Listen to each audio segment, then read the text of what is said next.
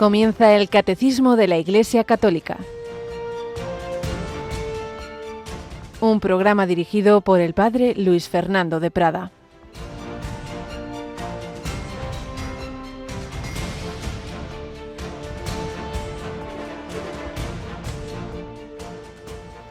Ninguno de nosotros vive para sí mismo y ninguno muere para sí mismo. Si vivimos, vivimos para el Señor. Si morimos, morimos para el Señor. Así que ya vivamos, ya muramos, somos del Señor.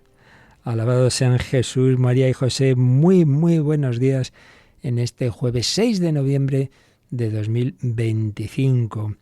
Un día en el que, como nos ha recordado Paloma Méndez en Laudes y ya antes nuestra compañera Yolanda, pues recordamos y celebramos a innumerables mártires de la persecución religiosa de los años 30 en España, que dieron la vida por el Señor. Ellos cumplieron esta palabra de la primera lectura de hoy, de San Pablo: si vivimos, vivimos para el Señor. Vivieron para Cristo. Si morimos, morimos para el Señor. Murieron por Cristo y amando y perdonando. Si no, la Iglesia nunca declara mártir a alguien que, ha muerto por un ideal, pero simplemente luchando o odiando, como ocurre en determinados grupos ideológicos o incluso religiosos. No. Siempre es en el amor a Dios y en el amor al prójimo, como Jesús en la cruz: Padre, perdónalos porque no saben lo que hacen. En la historia de la Iglesia son millones y millones y millones de mártires. Muchísimos desconocidos de esas tremendas persecuciones ya desde el inicio. Pero indudablemente, como han dicho los últimos papas, todavía muchísimo más el siglo XX ha sido el siglo de los mártires. Y por el paso que vamos también el XXI. Pensemos que solo en Nigeria son varios miles de cristianos asesinados por serlo cada año. Bueno, pues en España hubo una concentración tremenda, proporcional, una de las persecuciones más duras religiosas que ha habido en la historia. Es una cosa impresionante. Solamente religiosos y sacerdotes son más de 7.000, con cada uno con su nombre y apellido. Desde jovencitos hasta ancianos, muy ancianos. Y por supuesto religiosas, mujeres, monjas de clausura. Dice, pero estas ¿qué podían hacer de mal? Bueno, pues es algo que supera la explicación humana, porque detrás está el odio a Dios, el odio que inculca Satanás. En fin, lo importante es que el Señor, permitiendo eso, pues saca la santidad más grande, que es dar la vida. Es cumplir el Evangelio de ayer, cuando Jesús nos decía: el que quiera seguirme y no está dispuesto a poner debajo de mí a sus padres, a su madre, a sus hijos, a sí mismo, a su propia vida, el que no coge su cruz y me sigue. Todos los mártires han puesto siempre, han valorado, no es que despreciaran la vida. Hay una frase preciosa del Apocalipsis hablando de los mártires: no amaron tanto su vida que temieran la muerte. Nosotros amamos la vida, es un don de Dios, pero sobre todo la vida con mayúscula, la vida eterna. Y no voy a perder la vida que es Jesucristo, no voy a renunciar a la vida por unos añitos más de esta vida. Pues nos encomendamos a San Pedro Poveda y tantos otros compañeros mártires en esta España que hoy día, por desgracia, no es aquella en ese sentido de la fe, una España en la que ha crecido muchísimo la apostasía, pero también vamos viendo muchos signos de conversiones, muchísimos, de eso hablábamos anoche también, justo con Paloma Méndez aquí presente en el nombre de Dios, muchos signos de que el Espíritu Santo no se está quieto. Paloma Méndez, ¿verdad que no se está quietecito, sino que actúa en muchos corazones?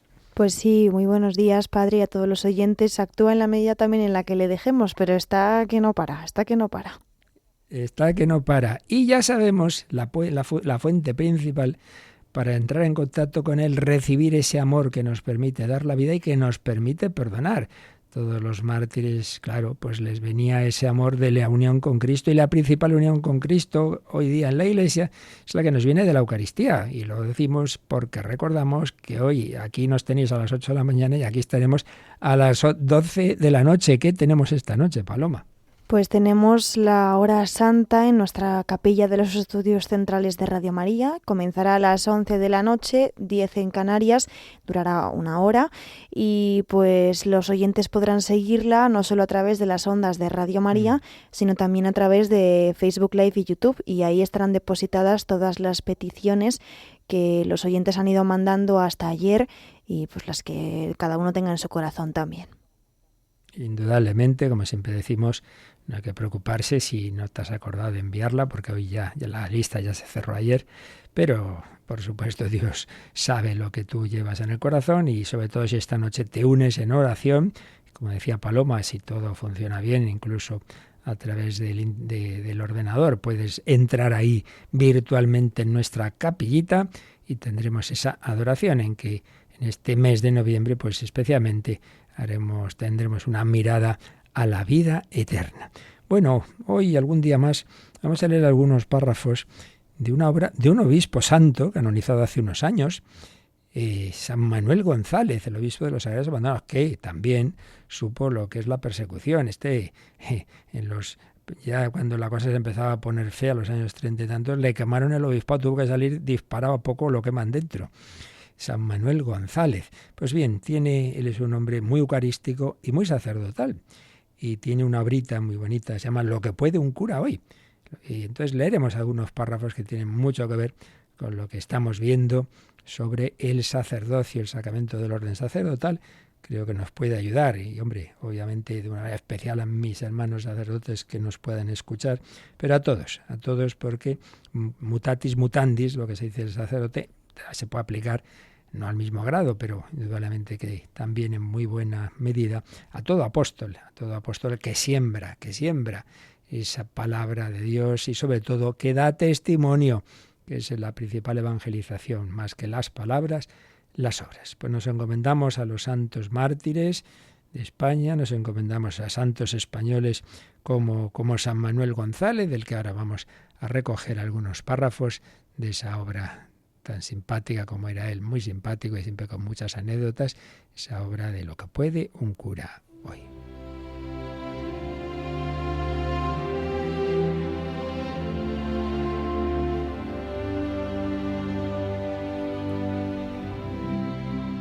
Lo que puede un cura hoy, por el obispo Manuel González, San Manuel González. Párrafos que vamos resumiendo de esa obra y que nos ayudan ahora que estamos hablando del orden sacerdotal.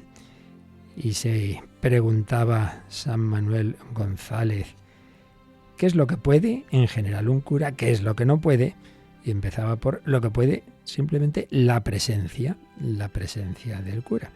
Solo la presencia del cura, independientemente de sus virtudes y talentos, ejerce un gran poder. Para el mundo, la presencia del cura es una protesta, un recuerdo y un remordimiento. Para el mundo en el sentido de los alejados de Dios.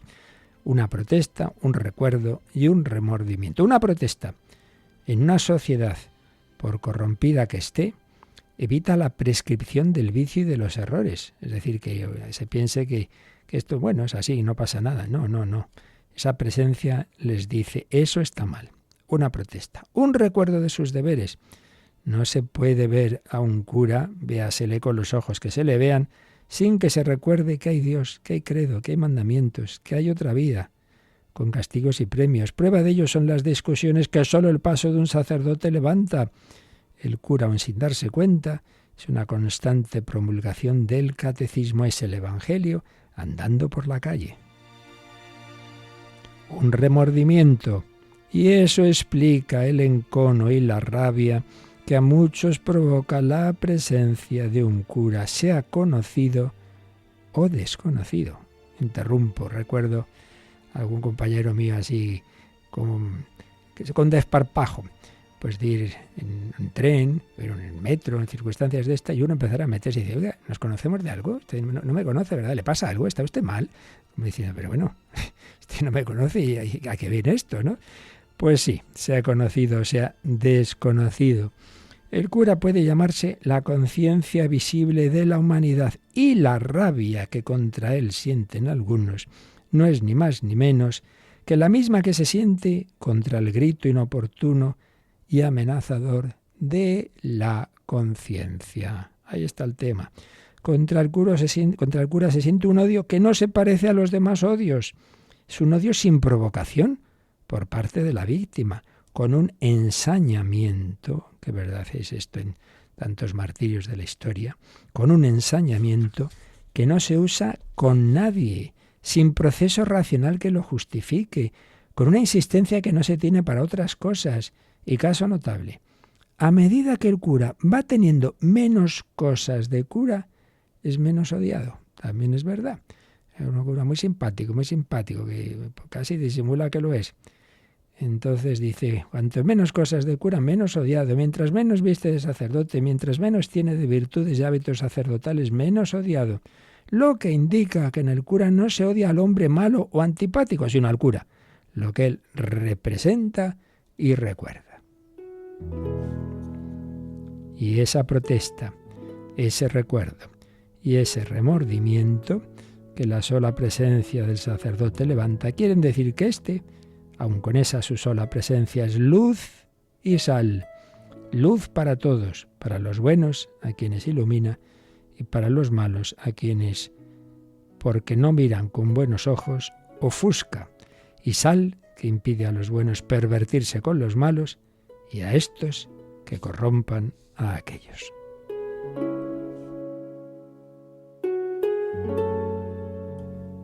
Así pues, lo que puede la presencia del cura, pero segundo paso, lo que puede su palabra. Sí, la palabra humana es el instrumento de poder más eficaz del hombre para lo bueno o para lo malo. Una palabra puede más que un ejército de combatientes.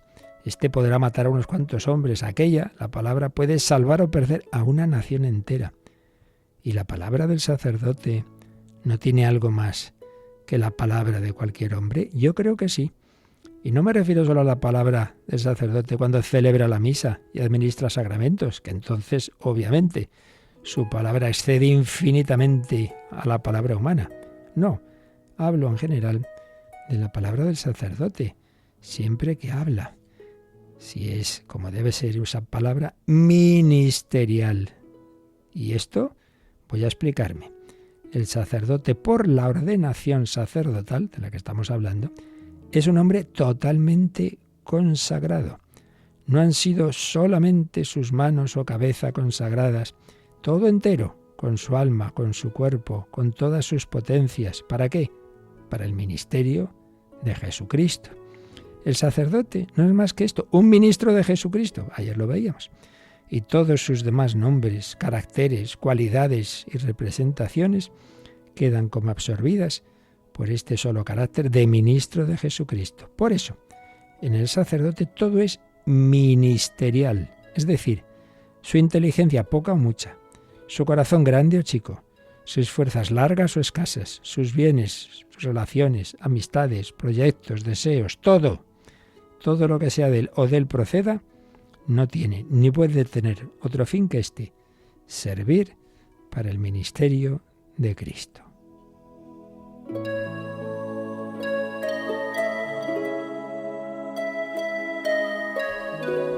El sacerdote y todo lo del sacerdote queda por la consagración sacerdotal como queda un cáliz consagrado, que no puede servir más que para contener a Cristo. Ya habíamos puesto varias veces este ejemplo. Pensar en Él, amarlo a Él, hacerlo amar a Cristo, hablar de Él, trabajar por Él, ocuparse solo de Él. He aquí, ¿para qué tiene el sacerdote inteligencia, corazón, fuerza, salud, penas, alegrías, bienes, relaciones sociales? Solo para esto. Y si no, se profanará a sí mismo, como se profana el cáliz cuando sirve para otra cosa que no sea contener la preciosa sangre de Cristo. El sacerdote es siempre y en todo sacerdote, preténdalo él o no, obre bien o cometa pecados, siempre sacerdote. Como escribió San Pablo, en todo nos mostramos como ministros de Cristo.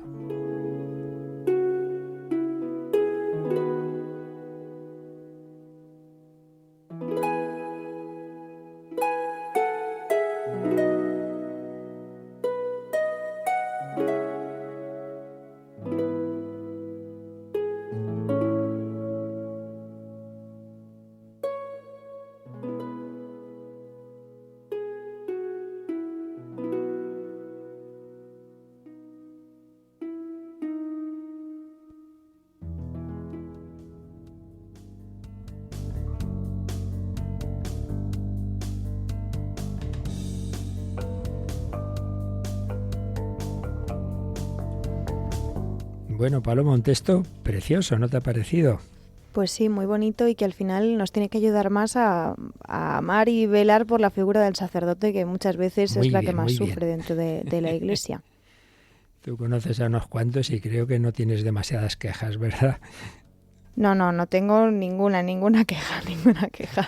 En todo caso, de que algunos trabajan demasiado y no se les ve mucho el pelo porque están siempre corriendo de aquí para allá, y no me refiero a mí solo, sino a muchos que Paloma conoce muy buenos. Bueno, pues estamos acabando ya el segundo apartado del tratamiento, del tratadito que hace el Catecismo sobre el sacramento del orden sacerdotal. El primer apartado era el nombre de este sacramento, de dónde viene eso del orden sacerdotal, y el segundo, una visión de conjunto de cómo Dios ha ido manifestando, como siempre hace las cosas poco a poco, lo que iba a ser este sacramento en la historia de la salvación, empezando por las prefiguraciones en la antigua alianza o Antiguo Testamento, luego pues culminando como siempre todo en Jesucristo, y ya luego después, desde Jesucristo, las formas de participar en su sacerdocio.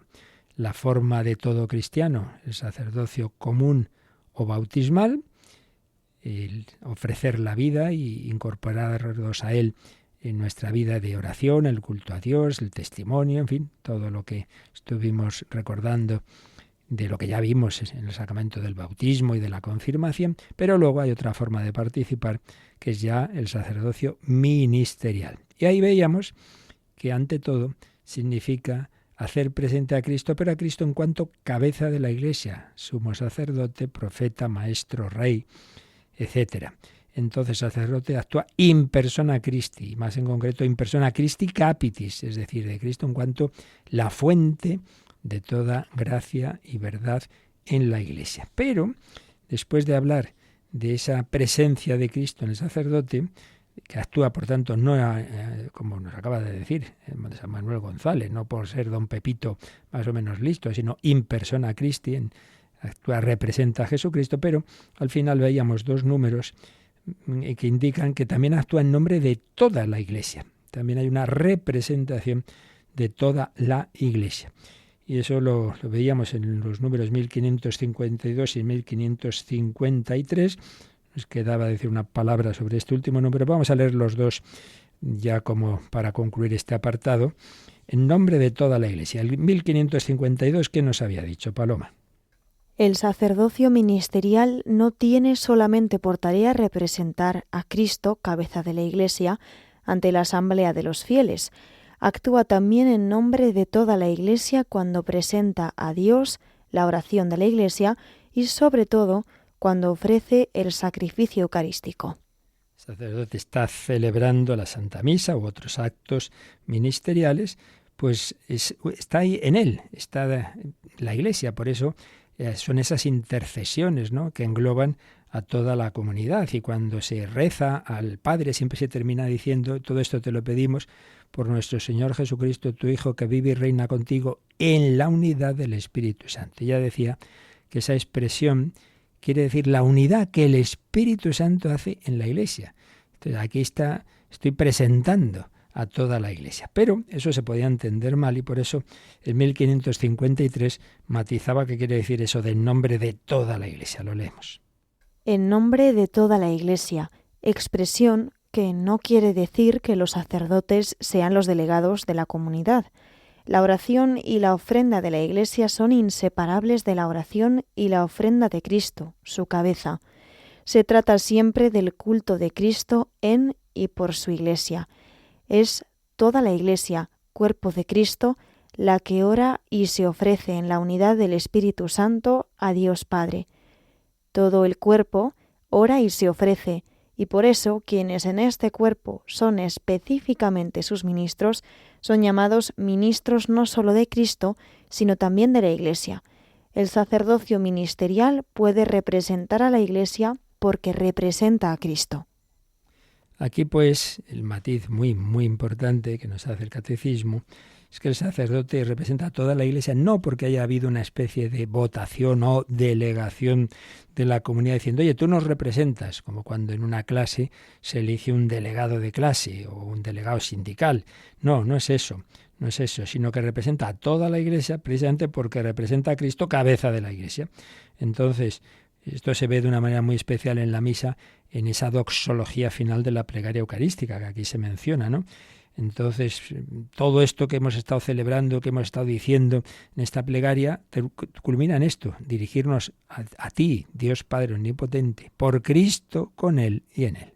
Por Cristo, con Él y en Él, a ti, Dios Padre Omnipotente, en la unidad del Espíritu Santo, todo honor y toda gloria, por los siglos de los siglos, pero por Cristo, con Él y en Él. Ese Cristo que tiene una presencia muy especial en el sacerdote y que precisamente por la palabra del sacerdote ha hecho una presencia todavía más especial en la Eucaristía, y ahí pues todos unidos nos dirigimos al Padre a través de esas palabras a las que todo el pueblo asiente con el amén.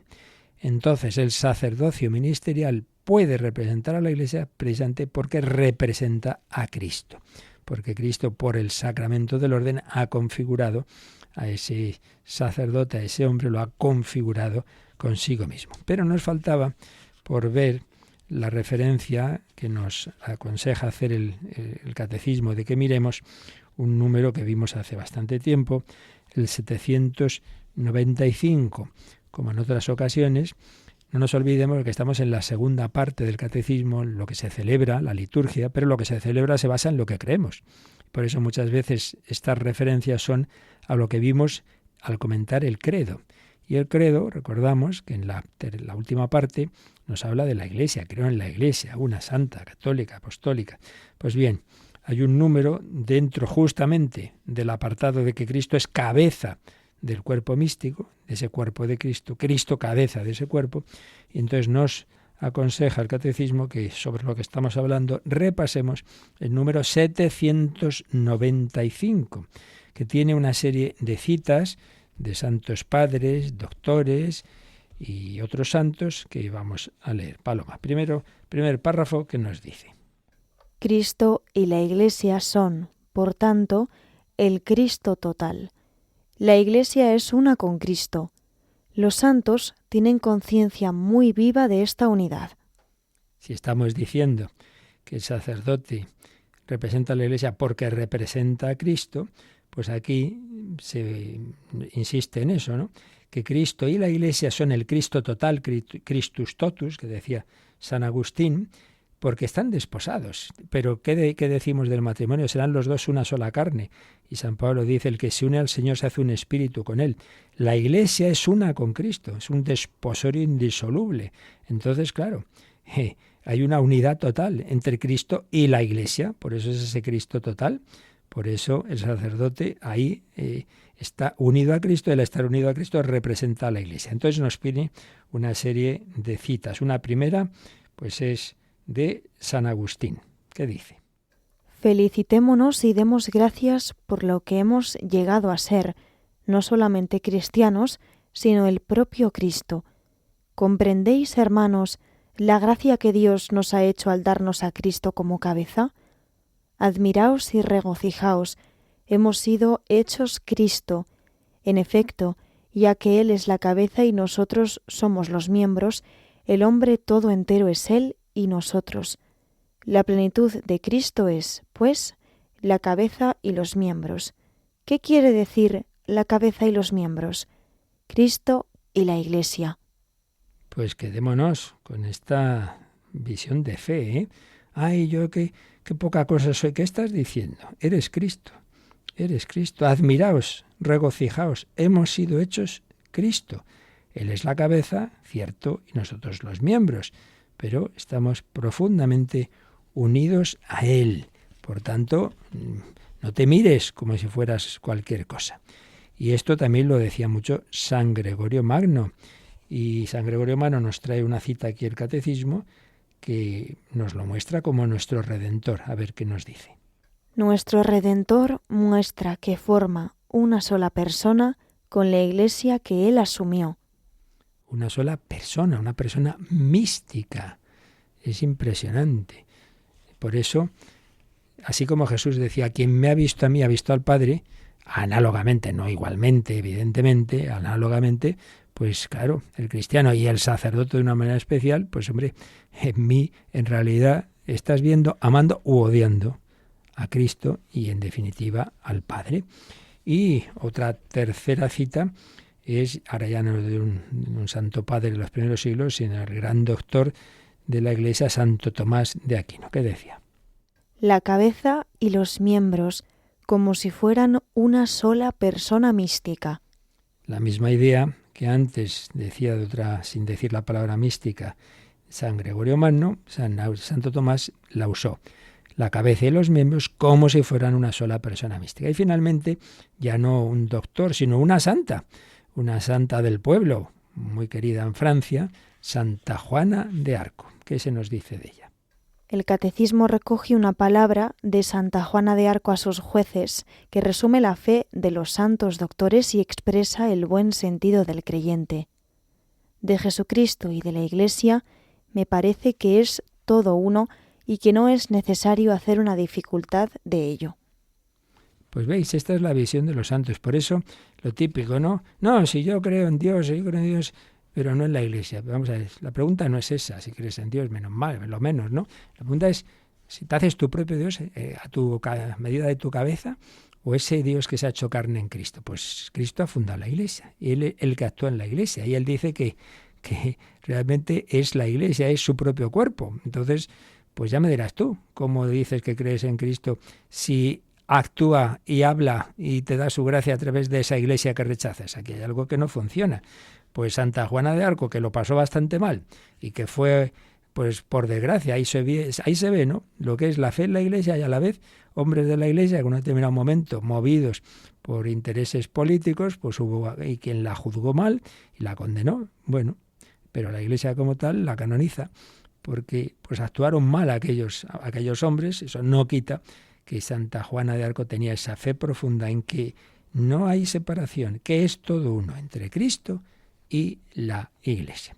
Bien, pues con esto terminamos este apartadito en nombre de toda la Iglesia y en general el segundo apartado de este tratado sobre el sacerdocio, que es el sacerdocio o el sacramento del orden en la economía de la salvación, desde el Antiguo Testamento hasta el momento actual. Y antes de pasar al siguiente apartado, que ya serán los 3 grados del sacramento del orden, episcopado, presbiterado y diaconado, vamos a hacer una parada, volver un poco atrás, para insistir más en cómo aparece Jesús, cómo se fue presentando y cómo se nos muestra esa cualidad suya de sacerdote en el Nuevo Testamento. Pero vamos primero, como solemos hacer, pues un momento de oración y de reflexión de todo esto que hemos estado hablando, que precisamente es la insistencia en que en el sacerdote es la persona de Cristo, in persona Christi. Pues vamos a oírlo cantado por Gesed y unas religiosas, in persona Christi. Y le pedimos al Señor que aumente nuestra fe cuando veamos al sacerdote, al obispo, al papa. No es fulanito, es Cristo, cabeza de la Iglesia.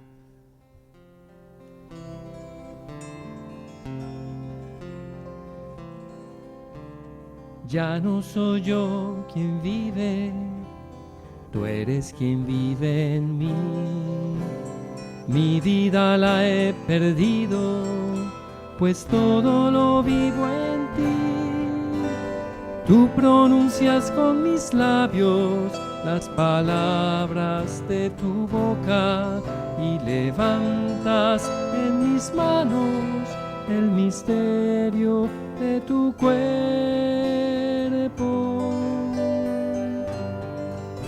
Tu espíritu mora en mí y mi espíritu mora en ti.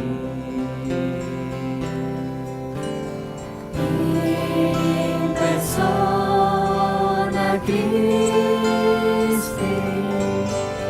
in persona Christi. Este es mi cuerpo, esta es mi sangre, in persona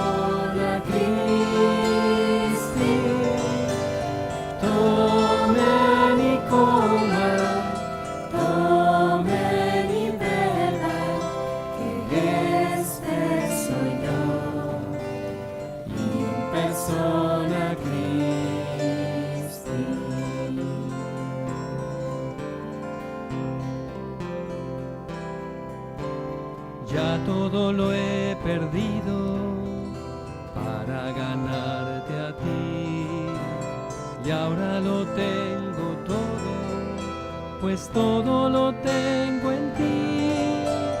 Con tu amor me has seducido y me dejé seducir. Mi corazón encendido arde de amor por ti. Solo quiero conocerte y solo para ti vivir. In persona Christi, in persona Christi, este es mi cuerpo, esta es mi sangre. In persona Christi, domeni coma, domeni beba, que este soy yo, in persona Christi.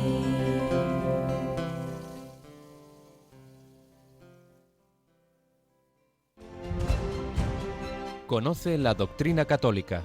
Escucha el catecismo de 8 a 9 de la mañana, de 7 a 8 en Canarias. Y los sábados a la misma hora profundizamos en los temas tratados en el programa En torno al catecismo. In persona Christi. Bueno, como os decía, aunque ya evidentemente en el comentar los números del catecismo estuvimos hablando de la plenitud de toda esa historia de la salvación en Cristo, pero vamos ahora a hacer un rato ahora y algún día más de mirar con un poquito más de detenimiento cómo Jesús abordó este tema del sacerdocio, cómo se fue presentando sin usar la palabra, como el verdadero sacerdote, en fin, un poco lo que es, ya no de una manera que ha ido saliendo en distintos números, sino un poco todo unido, digamos, una visión del Nuevo Testamento sobre Cristo sacerdote y luego la institución del sacerdocio. Y lo vamos a hacer resumiendo una obra extraordinaria del que fue un gran profesor de la Gregoriana, el padre Jean Galot, jesuita. Una obra se publicó en Toledo, en el Centro de Estudios de Teología Espiritual. Por desgracia, me parece que no es fácil de conseguir esta edición, Sacerdote en nombre de Cristo. Bien, pues lo primero que nos recordaba el padre Galot es algo que puede resultar llamativo. Si os fijáis, en ningún sitio aparece que Jesús se presente a sí mismo: yo soy el sacerdote. No, ¿verdad? No ha hablado del sacerdocio, no ha hablado de sacerdotes, tampoco al hablar de sus apóstoles. Entonces uno puede pensar, bueno, entonces es que, algunos dicen, no, es que Cristo no quiere el sacerdocio. No, solo quiere que seamos testigos, profetas, más despacio.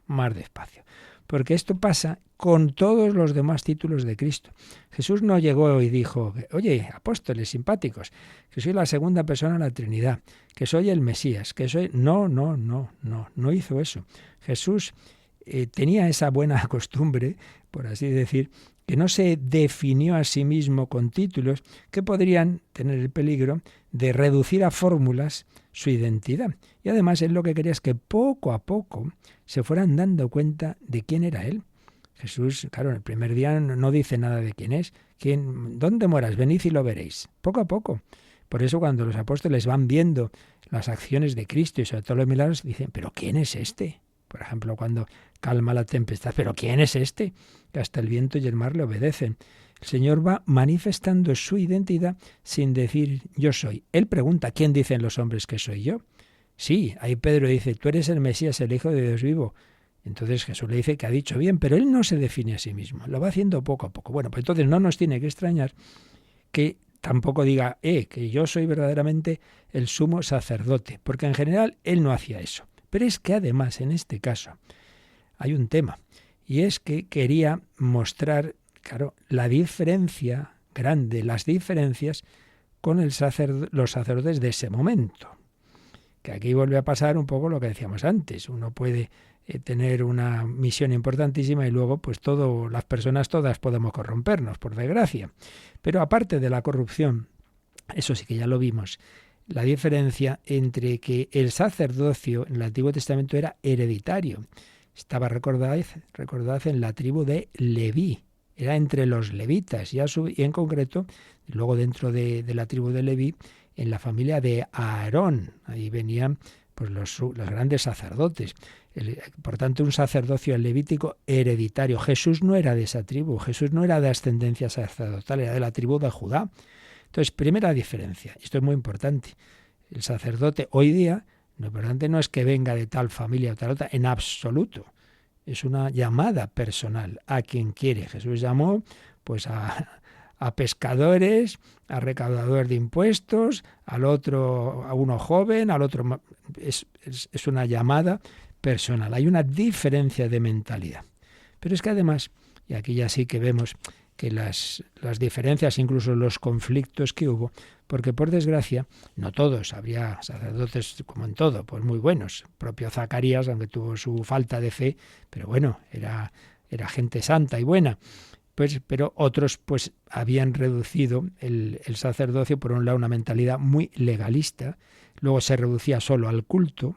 Eso que era así, era algo habitual, la diferencia entre el sacerdote y el profeta. Entonces el sacerdote era solo fundamentalmente para el culto, aunque luego después del exilio pues también entre ellos había quien explicaba las cosas, etcétera, etcétera. Pero en cualquier caso es indudable que hay diferencias y Jesús quiere manifestar que el sacerdocio que él busca y que en realidad es lo que van a encomendar a sus apóstoles, no tiene que ser como lo que era habitual entre los sacerdotes. Ojo, siempre con respeto a los sacerdotes de entonces. Jesús no se presenta como un revolucionario, no he venido a abolir la ley, sino a darle cumplimiento. Y de hecho, por ejemplo, recordad, cuando cura a unos leprosos les dice, id a presentaros a los sacerdotes. Por lo tanto, no es que esté rechazando, no es que diga, no, eso no vale para nada, no está diciendo eso. Lo que está diciendo es que hay que enfocar bien el sacerdocio. También en Marcos 1:44, no digas nada a nadie, ve y preséntate al sacerdote y ofrece por tu purificación lo que Moisés ha prescrito. Es decir, no es que fuera un revolucionario que está contra la antigua ley, no, pero la quiere llevar a plenitud. Y no quiere que sus apóstoles, que van a ser los sacerdotes del Nuevo Testamento, caigan en los límites y defectos que eran muy habituales, por desgracia, en los sacerdotes de ese momento. Y eso lo vemos en algunas parábolas donde aparece muy claro, como la del buen samaritano. ¿Os dais cuenta de que son 3 los personajes que pasan junto al herido? Un sacerdote y un levita. Y los dos miran a otro lado. El levita dice, pasa por el otro lado del camino. Aquí, esto no había caído yo en ello, ahora o me había olvidado. Esto era una especie de legalismo, porque se decía que el que va por un lado no ve lo que pasa en el otro, entonces no se ve obligado a intervenir. Entonces me cambio de lado y como si no lo hubiera visto. Vaya hombre, eso son puro legalismo, pero estás de hecho no atendiendo a un herido.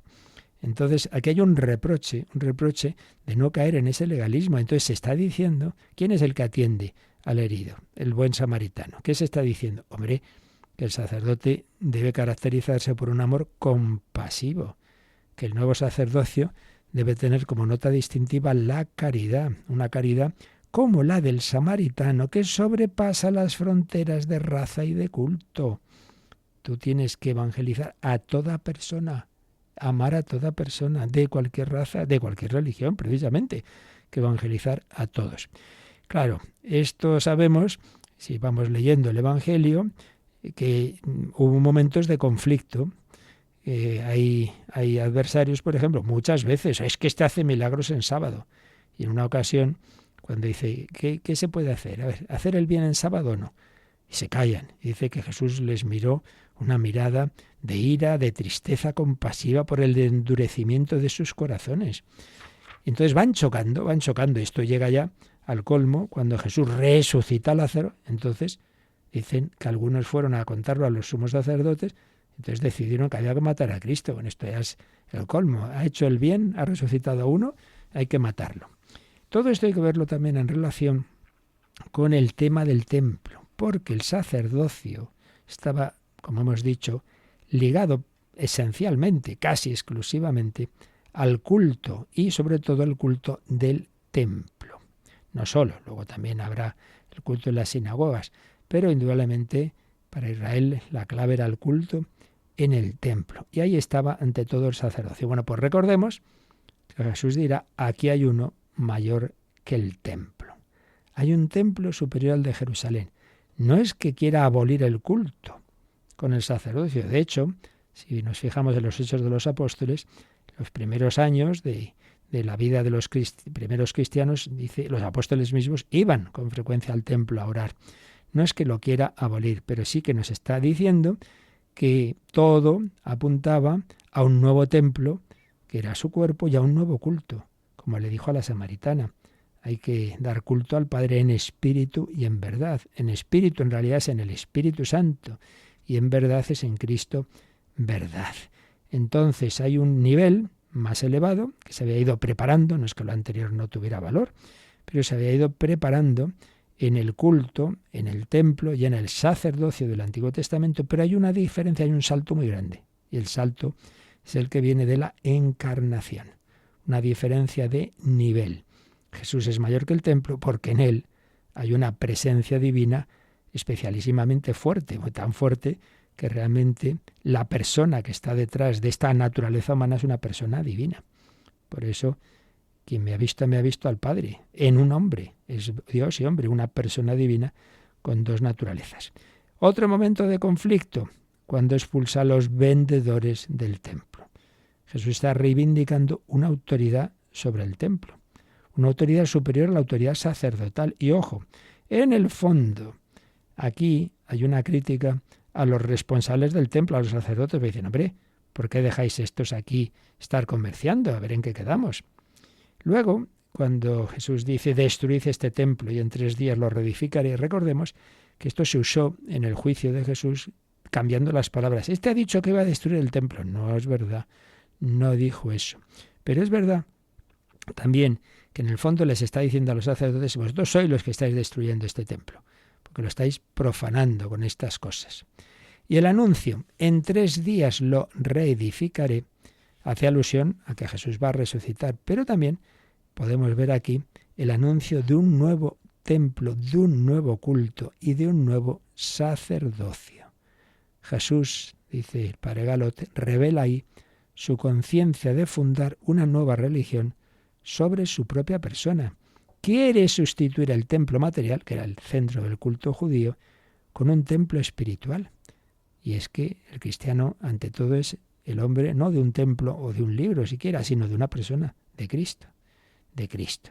Y hay un nuevo sacerdocio, claro que hay un nuevo sacerdocio, pero la distancia entre uno y otro es el que existe entre el templo de Jerusalén y ese templo misterioso que es la persona de Cristo.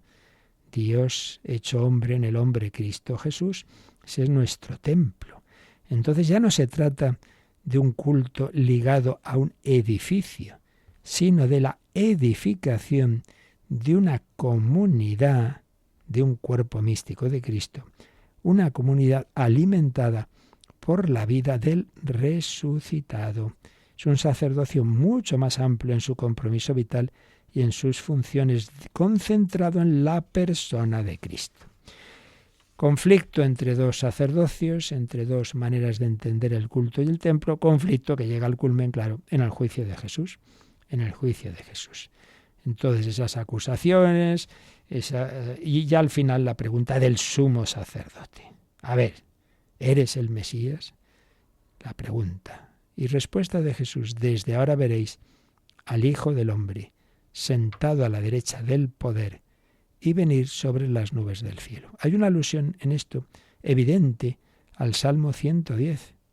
Dice el Señor a mi Señor, siéntate a mi derecha y haré tus enemigos estrado de mis pies. Siéntate a mi derecha. El Señor lo ha jurado y no se arrepiente. Tú eres sacerdote eterno, según el rito de Melquisedec. ¿Veis? Sin decirlo directamente, Jesús, al aplicarse este salmo, está diciendo que Él es sacerdote, pero el sacerdote eterno, según el rito de Melquisedec, un sacerdocio universal, no hereditario, y un sacerdocio perpetuo, el del Mesías, que no es del orden del sacerdocio levítico, sino que tiene una naturaleza única y excepcional. No está ligado a la raza judía. Melquisedec no era judío, es un personaje misterioso de la época de Abraham. Jesús está anunciando a ese sumo sacerdote, a Caifás y a sus colegas, que verán llegar a ese nuevo sacerdote y ese nuevo sacerdocio sobre las nubes del cielo. Desde ahora lo veréis, no solo en la parusía, no, ya va a haber un nuevo sacerdocio que va a sustituir al antiguo, haciendo presente a ese sacerdote que es el Hijo del Hombre resucitado y exaltado a la derecha del Padre, y que va a ejercer su sacerdocio enviando al Espíritu Santo. Así pues, estas son las claves para que nos acerquemos a cómo Jesús fue manifestando en sí mismo lo que es y lo que no debe ser el sacerdocio, su verdadero sacerdocio suyo, que se va a prolongar en sus sacerdotes, en sus apóstoles. Entonces, si nos fijamos en todo lo que hemos visto, podemos ir detallando rasgos distintivos de ese sacerdocio de Cristo y que Él quiere comunicar a sus apóstoles, a sus sacerdotes. Entonces, entramos aquí en un apartado en que el padre Galot se fija en estas dos características que siempre, de una manera o de otra, se aplican a cuando se estudia el sacerdocio en cualquier ámbito, en cualquier religión. Por un lado, la propia palabra etimológicamente lo dice, sacerdotes, viene de sacerdus, de sagrado. Entonces el sacerdote es hombre de lo sagrado. Vamos a ver cómo se va a aplicar esto en el Nuevo Testamento, hombre de lo sagrado. Pero también puede ser definido, como hemos visto en estos últimos números del Catecismo, como ministro, es decir, una persona a la que se le encomienda un tipo de servicio, una serie de funciones, normalmente de orden cultural o ritual o otro tipo, y con un papel social o con una autoridad especial. Hombre de lo sagrado y ministro. Todo esto, ¿cómo se diseña, cómo está diseñado por Cristo? ¿Cómo va a ser esa nueva fisonomía de lo sagrado y del ministerio? De esto hemos ido viendo ya rasgos, pero ahora lo vamos a intentar ver en conjunto, pues siguiendo esta obra, pero lo vamos a seguir haciendo el próximo día, porque ya es el momento de hacer nuestro momento final de oración y también de apertura de los micrófonos y otros medios a vuestras consultas. Alguna teníamos pendiente de ayer. Pues lo dejamos aquí y seguiremos con este estupendo tratado de sacerdote en nombre de Cristo, el Padre Galot, que nos va a ayudar mucho a lo que vamos viendo en los distintos números del Catecismo de una manera como más parcial, pues al ir acabando este y el próximos apartados también nos ayudará a verlo así un poquito más en conjunto y detallando más los fundamentos de todo ello en el Nuevo Testamento. Pues recordemos, Jesús iba por esas tierras, esos caminos de Israel, llamando a aquellos hombres de un lado y de otro, de una profesión y de otra, de una edad y de otra, para el nuevo sacerdocio, que iban a ser partícipes no sólo de los aspectos que entonces hacían los sacerdotes, sino también sacerdocio cristiano implica sacerdotes, profeta y rey, pastor. La palabra muy bella que ya analizaremos. Bueno, pues lo meditamos y nos recuerdan cómo podéis hacer vuestras consultas. Participa en el programa con tus preguntas y dudas.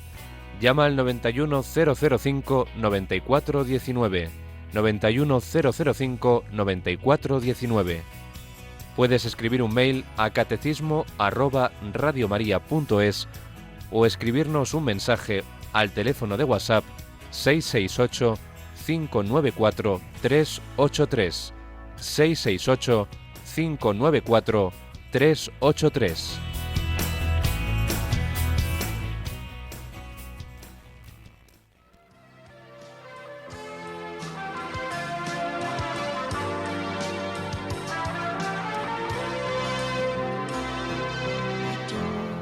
¿Has pensado alguna vez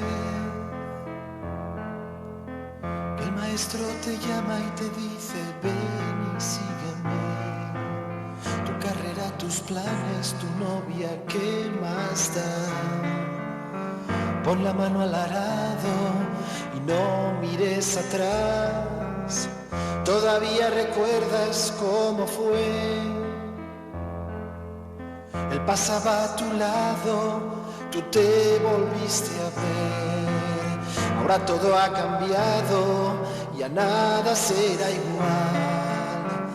Él es quien te ha llamado, no te puedes negar, aunque aún te preguntes el por qué. Dios tiene sus caminos, tú lo sabes bien. Como niño en sus brazos, aprende a confiar. Para llegar al cielo, has de hacer su voluntad. ¿Y tú no has pensado alguna vez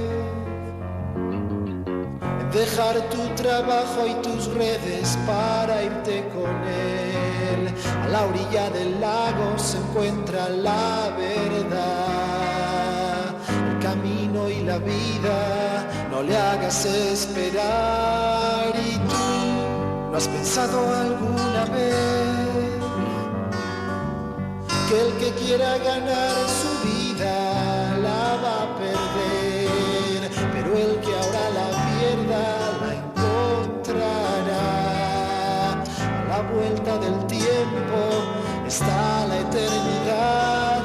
¿Y tú no has pensado alguna vez en todas esas almas que aún no tienen fe? Si no hay quien les predique, ¿cómo van a creer? Escucha la llamada que vas a responder. ¿Y tú no has pensado alguna vez que lo que tú no puedes, sí lo puedes? Levanta la mirada hacia la Virgen fiel, pregúntale a la esclava qué has de hacer, qué has de hacer. ¿Y tú has pensado alguna vez? Lo que tú no puedes, sí lo puede Él, no soy yo, es Cristo en mí. In persona Christi. Ayer nos escribía alguien recordando lo que decía San Juan María Vianney: si comprendiéramos lo que es un sacerdote, no moriríamos de miedo, sino de amor. Esta persona nos decía que ama mucho a la Iglesia que nos da a los sacerdotes para que podamos recibir los sacramentos, y que hay que rezar mucho por los sacerdotes. Pues claro que sí, muchas gracias por su comentario. Alguien nos preguntaba ayer, ¿un sacerdote puede perdonar todo pecado? A ver, como siempre digo, a fondo el tema lo tratamos, claro, cuando hablamos del sacramento de la penitencia. Si buscáis ahí en el podcast, veíamos cómo inicialmente el sacramento de la penitencia lo ejercían los obispos, pero pronto delegaron, pues claro, ya no podían llegar a todo, también en los presbíteros. Pero esa delegación hoy día, y desde hace mucho, siglos, no abarca en principio todo pecado.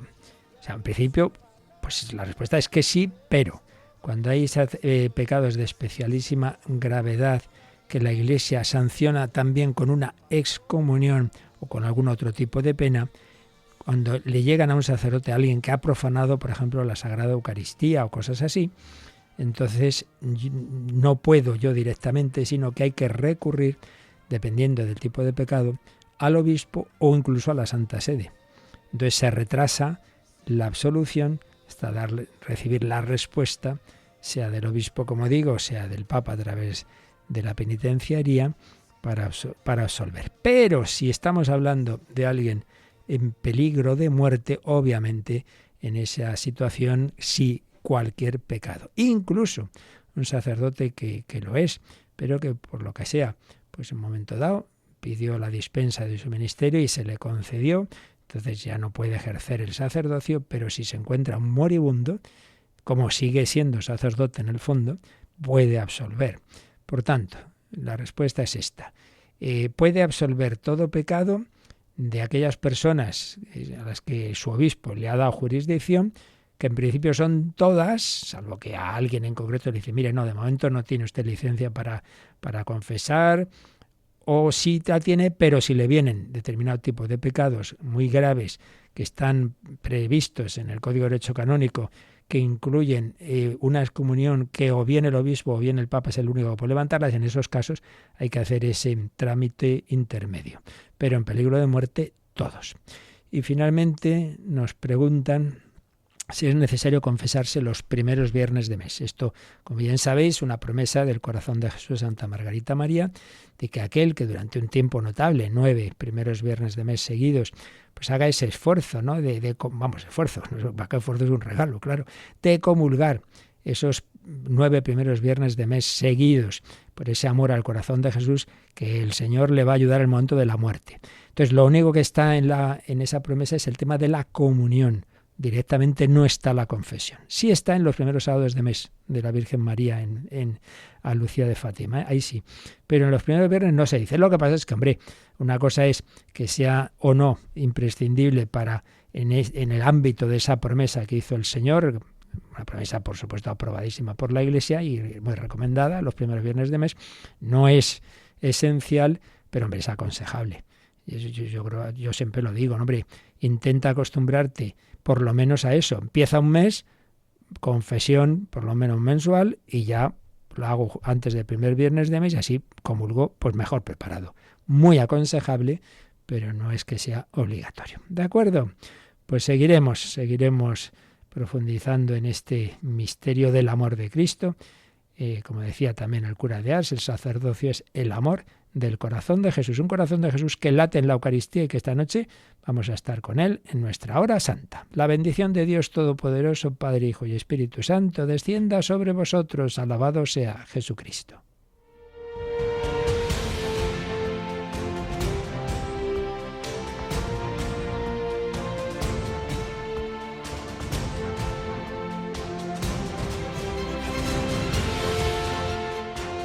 Han escuchado en Radio María el Catecismo de la Iglesia Católica, un programa dirigido por el Padre Luis Fernando de Prada.